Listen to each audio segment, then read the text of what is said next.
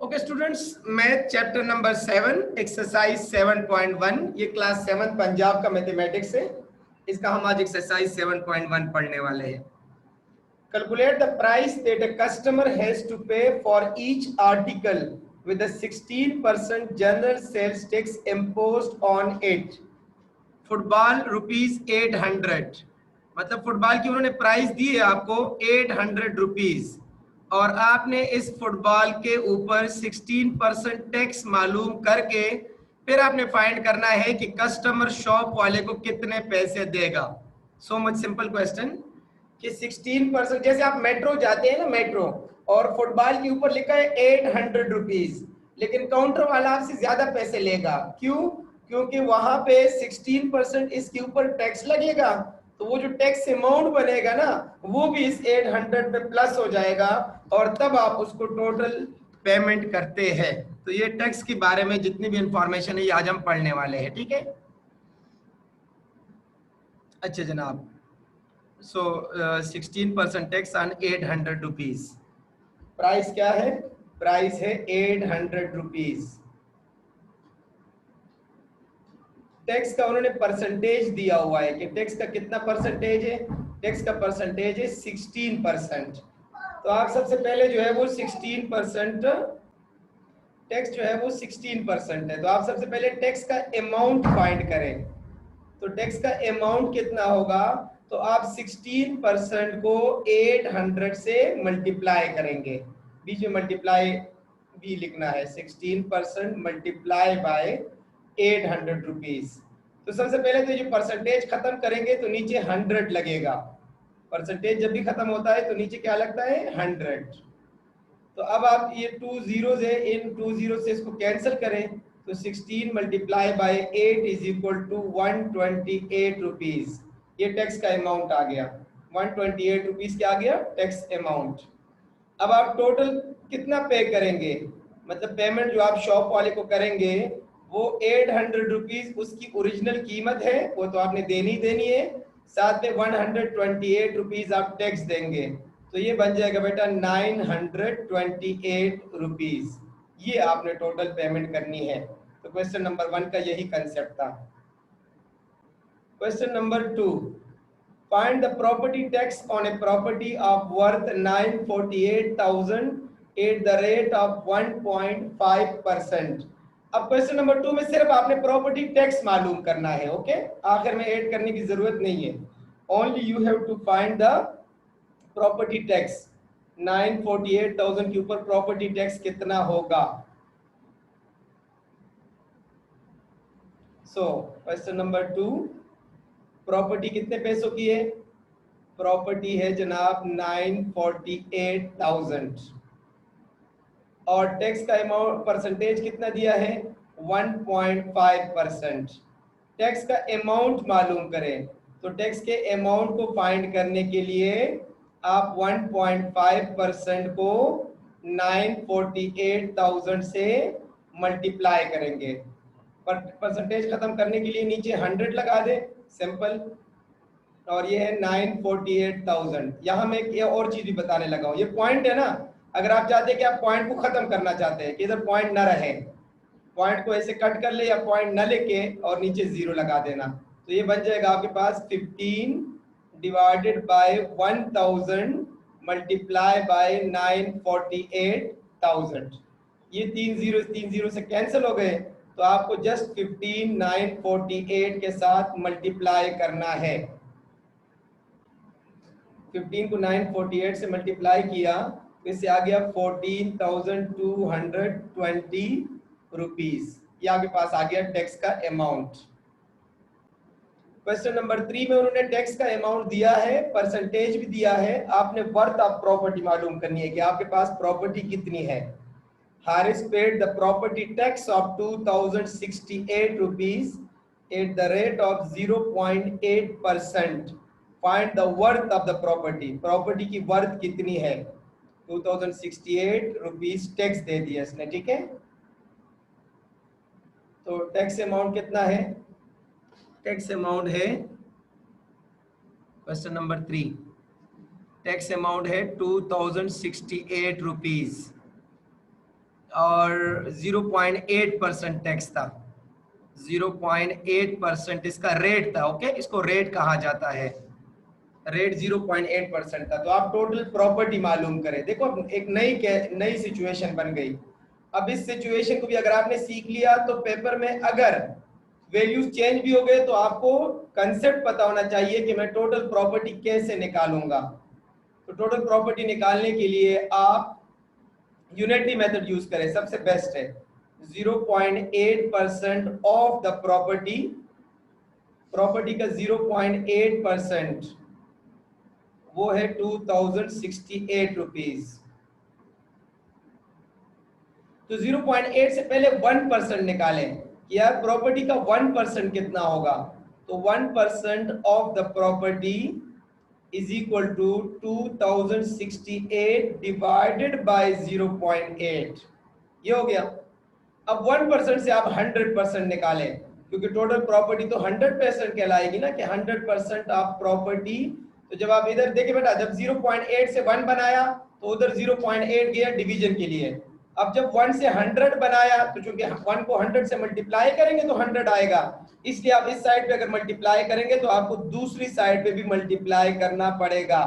तो 2068 divided by 0.8 multiply by 100, तो इससे आपके पास आंसर आ जाएगा 258,500, मतलब 258,500 रुपीज आपके पास क्वेश्चन नंबर 3 का आंसर आ गया। Question number 4, property tax of 18,720 was paid when the worth of the property is 1,560,000. Find the percentage of the property tax. ये तीसरा केस बन गया। देखिए क्वेश्चन नंबर 2 में हमने वर्थ ऑफ द प्रॉपर्टी निकाला, क्वेश्चन नंबर 3 में हमने प्रॉपर्टी टैक्स दिया था, रेट दिया था, सॉरी क्वेश्चन नंबर 2 में हमने प्रॉपर्टी टैक्स निकाला, क्वेश्चन नंबर 3 में हमने वर्थ ऑफ द प्रॉपर्टी निकाला। अब क्वेश्चन नंबर 4 में हम परसेंटेज ऑफ प्रॉपर्टी निकालेंगे कि परसेंटेज ऑफ प्रॉपर्टी टैक्स कितना हुआ। टैक्स आपके पास है 18,720, ओके 18,720, और worth of the property 1,560,000। Percentage, यार परसेंटेज जब भी निकालना हो ना, तो जिस तरह आप अपने स्कूल का मार्क्स का परसेंटेज निकालते हैं कि given marks divided by total marks multiply by 100%, तो ये है tax amount divided by total property multiply by 100%। ये इस तरह के सिंपल से क्वेश्चन बन जाएगा आपके लिए, ठीक है। तो ये भी बिस्मिल्लाह कर लेते हैं, बहुत सिंपल से क्वेश्चन है। Question number 4, okay. टैक्स का अमाउंट आपके पास है 18,720, वर्थ ऑफ द प्रॉपर्टी मतलब टोटल प्रॉपर्टी आपके पास कितनी है, वो है 1,560,000, ये प्रॉपर्टी है आपके पास। और आपने परसेंटेज निकालना है, बस परसेंटेज या उसको रेट भी कहते हैं कि रेट परसेंट कितना होगा। तो रेट परसेंट जब भी निकालना हो तो आपने टैक्स अमाउंट को न्यूमरेटर में लिखना है, प्रॉपर्टी को डिनोमिनेटर में लिखना है और 100% से मल्टीप्लाई करना है। बस ये तीनों केसेस मैंने आपको क्लियर कर दिए। सो कैलकुलेशन के बाद आपके पास रेट आ जाएगा 1.2%। इसका मतलब 1.2% जो है वो टैक्स लगा हुआ था इस क्वेश्चन के ऊपर। Okay, question number 5, the price of a toy including 5% general sales tax is rupees 945। ये एक चौथा कंसेप्ट आ गया, ठीक है। 3 कंसेप्ट के सवाल हमने कर लिए, ये चौथा कंसेप्ट आ गया कि 5% सेल्स टैक्स मिला के प्राइस बन गया 945 रुपीज। मतलब मेट्रो से आपने शॉपिंग की, एक खिलौना खरीदा और 945 रुपीज आपने मेट्रो को दे दिए, जिसमें 5% टैक्स भी शामिल था। तो आप ओरिजिनल प्राइस मालूम करें कि जब आप उस आइटम के पास गए तो उस आइटम के ऊपर प्राइस क्या लिखा हुआ था, टैक्स के बगैर उसका क्या प्राइस था। तो ये एक नया कंसेप्ट है, चौथा कंसेप्ट। इसको सीखने के बाद आप इस एक्सरसाइज के सारे क्वेश्चंस कर सकते हो। 5% टैक्स इंक्लूड करके 945 रुपीज, 5% टैक्स इंक्लूड करके बन गया 945 रुपीज। तो आप ओरिजिनल प्राइस मालूम करें। तो ये भी मैं आप लोगों को मेथड सिखा देता हूँ कि कैसे करना है, ठीक है। तो आप सबसे पहले तो 5% टैक्स इंक्लूड है, तो इसका मतलब है 100 रुपीज उस चीज की कीमत थी और 5 रुपए उस पर टैक्स लग गया, तो ये बन गया 105%। मतलब आपने 105% पेमेंट की है। अगर हम ओरिजिनल प्राइस 100 सपोज करें तो इसका मतलब है 100 के पीछे 5 रुपए टैक्स लगा, तो तभी तो 105 हो गया। तो इसको भी यूनिटरी मेथड से करें कि 105% ऑफ ओरिजिनल प्राइस या 105% of price is equal to 945 rupees. Okay, ये बहुत इजी हो गया। 105 से 1% निकालें तो 1% of the price is equal to 105 दूसरी साइड पे जाके डिवाइड हो जाएगा और फिर उसका 100% प्राइस निकालें, क्योंकि 100 डायरेक्ट नहीं निकलता। पहले आप 1 की कीमत मालूम करेंगे तो जो भी नंबर होगा वो दूसरी साइड पे जाके डिवाइड हो जाएगा, और फिर 1 से 100 मालूम करेंगे तो 100 दूसरी साइड पे भी मल्टीप्लाई करना है, जैसे इधर 1 से 100 मल्टीप्लाई किया तो इस तरह के पास ओरिजिनल प्राइस आ जाएगी। मेरे ख्याल में तो 900 आएगी, लेकिन फिर भी मैं कैलकुलेशन कर लेता हूँ। सो कैलकुलेशन के बाद इसकी प्राइस कितनी आ गई, 900 rupees. Very easy question. Okay students, question number 6 आप लोगों ने क्वेश्चन नंबर 2 जैसा करना है, इसलिए आप लोग ये क्वेश्चन कर सकते हो। Question number 6 same question number 2 की तरह है, क्योंकि मैंने क्वेश्चन नंबर 2 समझा दिया, इसलिए आप लोग क्वेश्चन नंबर 6 असेसमेंट के तौर पे करें। अगर क्वेश्चन 2 की प्रैक्टिस कर ली तो आप क्वेश्चन 6 आराम से कर सकते हैं। करना क्या है, 650,000 को 1.8% से मल्टीप्लाई करना है, सिंपल। क्वेश्चन नंबर 7, टैक्स का अमाउंट दिया है, रेट भी दिया है, वर्थ मालूम करें। तो वर्थ मालूम करने के लिए वही यूनिटरी मेथड जो मैंने आप लोगों को क्वेश्चन नंबर 3 में समझाया। तो क्वेश्चन नंबर 7 क्वेश्चन नंबर 3 जैसा है। क्वेश्चन नंबर 8, प्राइस आपको 8% सेल टैक्स मिला के 6,480 का पड़ गया बाईसाइकिल, ओरिजिनल प्राइस मालूम करें। तो क्वेश्चन नंबर 8 क्वेश्चन नंबर 5 जैसा है। क्वेश्चन नंबर 8 क्वेश्चन नंबर 5 जैसा है, लेकिन चलो चूंकि एक्सरसाइज का लास्ट क्वेश्चन है, लास्ट क्वेश्चन अक्सर इंपॉर्टेंट होता है, इसलिए ये वाला करा देता हूं, ठीक है। क्वेश्चन नंबर 8 को देखें। प्राइस 8% टैक्स मिला के कितना है, 6,480 6,480 रुपीज आपने पेमेंट कर ली शॉप वाले को, जिसमें 8% टैक्स मिला हुआ है, इंक्लूसिव ऑफ 8% टैक्स। तो आप पहले वही कर ले, 100 प्लस 8 कर लेना, तो इट विल बिकम 108। अब आप लिखिए भाई 108% लिख ले तो ज्यादा बेहतर है कि आपने 108% ऑफ ओरिजिनल प्राइस, वो आपने जो पे किया वो है 6,480। मतलब इस सवाल में भी हमने सपोज किया कि let original price is 100 rupees. Original price अगर 100 रुपीज हो तो 8% का मतलब है कि 8 रुपीज आपने टैक्स दे दिया, टैक्स 8 रुपए का दे दिया, तो टोटल पेमेंट हो गई 108 रुपए, या हम कह सकते हैं 108%। प्राइस का 108% 6,480 है, तो 1% ऑफ द प्राइस, प्राइस का 1% कितना होगा, 6,480 डिवाइडेड बाय 108, तो 100% प्राइस कितना पड़ जाएगा, 6,480 डिवाइडेड बाय 108 मल्टीप्लाई बाय 100, तो आंसर आ जाएगा आपके पास 6,000 रुपीज। इसका मतलब है 100% प्राइस 6,000 रुपीज थी। ओके स्टूडेंट्स, अभी हम स्टार्ट करते हैं exercise number 7.2 question number 1। Question number 1 आप लोग बुक से देख भी सकते हो, यही क्वेश्चन होगा जो सामने बॉक्स नजर आ रहा है। इसमें मार्कअप के बारे में पढ़ेंगे, तो मैं आप लोगों को एक क्वेश्चन के जरिए मार्कअप समझा देता हूँ कि मार्कअप होता क्या है, और उस क्वेश्चन में आपको मार्कअप का कंसेप्ट भी दे दूंगा कि असल में मार्कअप क्या चीज है, ठीक है। तो क्वेश्चन नंबर 1, सबसे पहले तो आप लोगों को बता दूं कि मार्कअप का फार्मूला क्या है। मार्कअप का वही फार्मूला है जो इंटरेस्ट का है, P multiply by R multiply by T divided by 100। P P का मतलब क्या है? P का मतलब है प्रिंसिपल अमाउंट। जो अमाउंट आपने रख दिया वो प्रिंसिपल अमाउंट कहलाता है। ओके। अच्छा, R का मतलब है रेट। R का मतलब क्या है? रेट। T का मतलब है टाइम। T का मतलब क्या है? T का मतलब है टाइम। फॉर एग्जाम्पल आपने बैंक से लोन ले लिया, आपने बैंक से लोन लिया और लोन आपने ले लिया जनाब 400 रुपए का या 4000 रुपए का, या इधर लिख देते हैं ना 500 रुपए का लोन ले लिया। ठीक है, 500 रुपए का लोन ले लिया तो ये प्रिंसिपल अमाउंट कहलाएगा। फिर बैंक वाले ने कहा कि 2 साल में लोन वापस करना है और 12% मार्कअप रेट है, तो टाइम जो है वो आ गया 2 इयर्स और रेट आ गया आपके पास 12%। 12% का मतलब है कि अगर आप 100 रुपीज लोन लेते हैं तो बैंक वाले को आप 112 रुपीज वापस करेंगे 1 साल के बाद। 12% का मतलब है कि अगर आप 100 रुपीज लोन लेते हैं तो 12 रुपए उसके ऊपर टैक्स लगेगा, मतलब मार्कअप लगेगा। उसको मार्कअप कहते हैं, टैक्स नहीं कहते, मार्कअप कहते हैं।